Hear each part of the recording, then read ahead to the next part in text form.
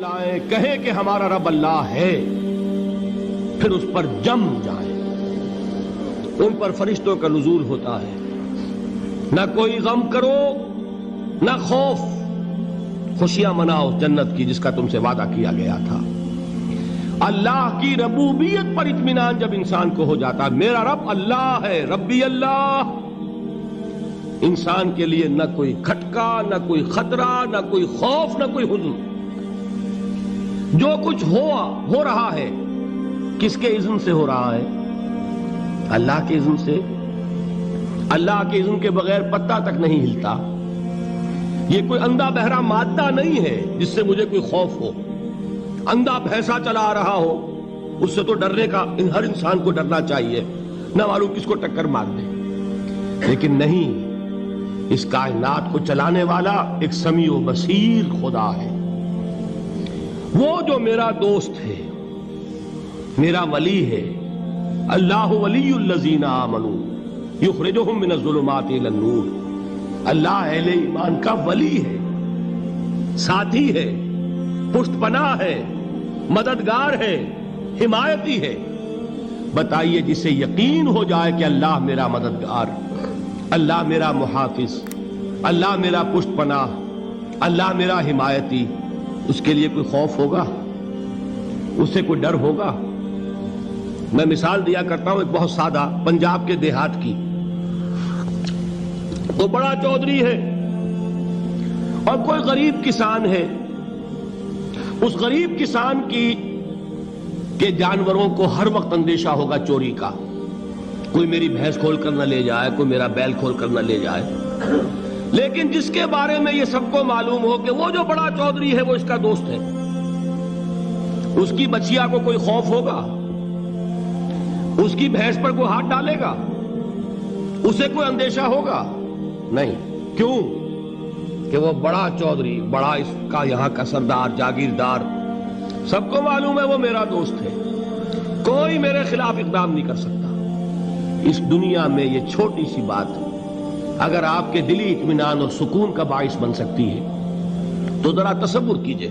میں لفظ تصور استعمال کروں گا صرف اس لیے کہ اس کا ہم جس کو کہتے ہیں ادراک اور شعور کر نہیں سکتے، اگر کے ساتھ کر سکتے۔ اگر یقین ہو کہ اللہ میرا مددگار اور یقین ہو کہ اللہ ہر آن میرے ساتھ ہے، پھر کوئی خوف؟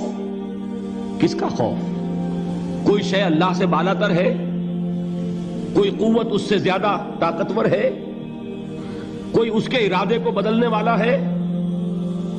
کوئی اس کی مشیت کے آڑے آنے والا ہے؟ یہی بات ہے جو حضور نے فرمائی۔ یہ ایمان کا حاصل ہے لب لباب، کہ دیکھو اچھی طرح اس بات کو ذہن نشین کر لو، اگر تمام انسان مل کر تمہیں کوئی نقصان پہنچانا چاہے نہیں پہنچا سکتے، مگر جو کچھ اللہ نے لکھ دیا ہو، اور تمام انسان مل کر تمہیں کوئی نفع پہنچانا چاہے نہیں پہنچا سکتے، مگر وہ شے جو اللہ نے طے کر دی۔ آپ پھر میں کہوں گا ذرا طاری کیجئے، اسے فرض کیجئے، اسے سوچئے۔ اگر اس حدیث پر ہمارا دل ٹھکا ہوا ہو تو کسی سے ڈر ہوگا؟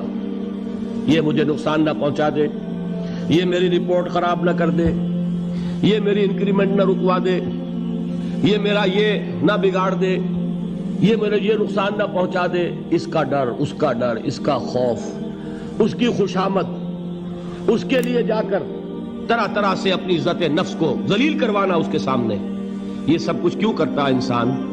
جب سمجھتا ہے کہ اس کے ہاتھ میں میرا کوئی نفع ہے، اس کے ہاتھ میں میرے لیے کوئی ضرر ہے، یہ مجھے کوئی غضب پہنچا سکتا ہے، یہ مجھے کوئی نقصان پہنچا سکتا ہے، یہ میرا کوئی کام بنا سکتا ہے، یہ میری کوئی ضرورت پوری کر سکتا ہے۔ اسی کا نام شرک ہے۔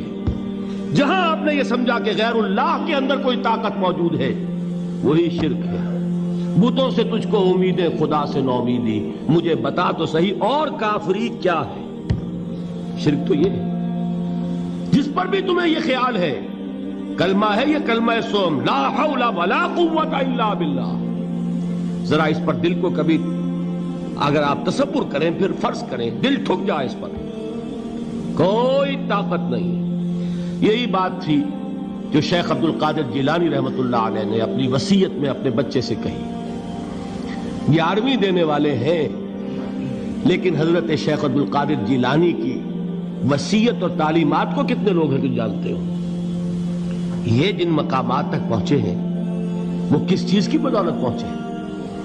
انہوں نے جو پیغام دیا وہ کیا تھا؟ اے میرے بچے، جس طریقے سے قرآن مجید میں حضرت لقمان کی نصیحتیں جو ہے نقل کر دی گئی ہیں، میں یہ عرض کروں گا بالفرض اگر قرآن حضرت عبد القادر جیلانی کے بعد نازل ہوا ہوتا تو شیخ عبد القادر کی یہ نصیحتیں بھی قرآن میں درج ہوتی. اتنی اونچی نصیحتیں ہیں.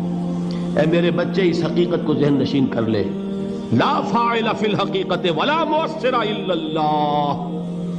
اس کائنات میں نہ کوئی فاعل حقیقی ہے نہ مؤثر حقیقی ہے سوائے اللہ کے. کسی شے میں کوئی تاثیر نہیں اگر اللہ نہ چاہے. آگ جلا نہیں سکتی اگر اللہ نہ چاہے. پانی ڈبو نہیں سکتا اگر اللہ نہ چاہے. زہر ہلاک نہیں کر سکتا اگر اللہ نہ چاہے.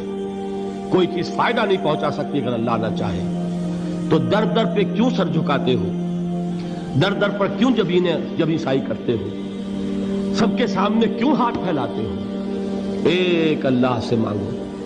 ایک اللہ کے سامنے زمین پر اپنی جبین رکھو. لا فاعل فی الحقیقت ولا مؤثر الا اللہ. نظر آتا ہے ہمیں کہ پانی پیاس بجھا دیتا ہے.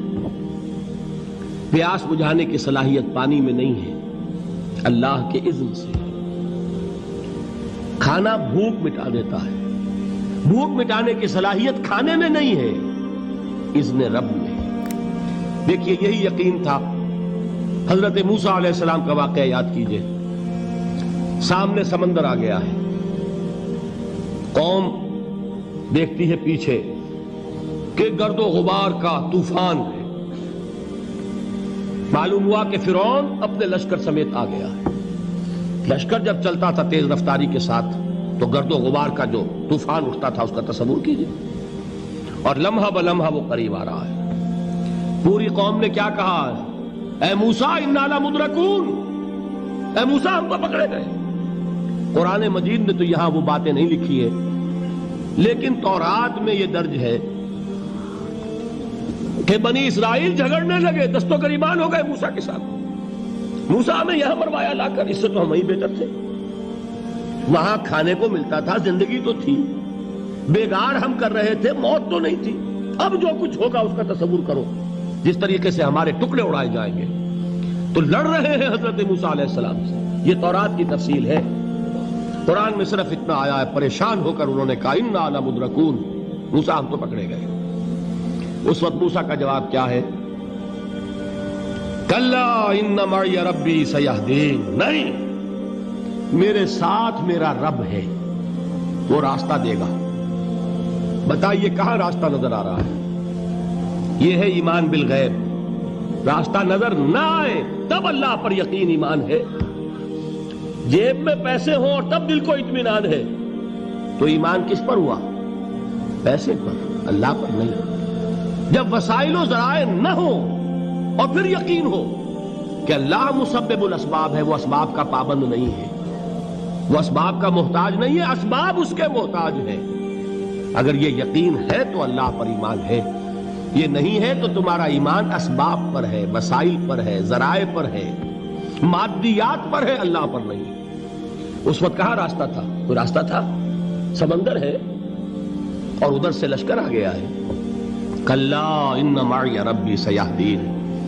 اب دیکھیے ایمان کہہ دینا آسان ہے، ہوا معکم اینما کنتم. جہاں کہیں بھی تم ہوتے ہو اللہ تمہارے ساتھ ہوتا ہے. لیکن اس کا یقین قائم ہو جائے تو زمین و آسمان کا فرق واقع ہو.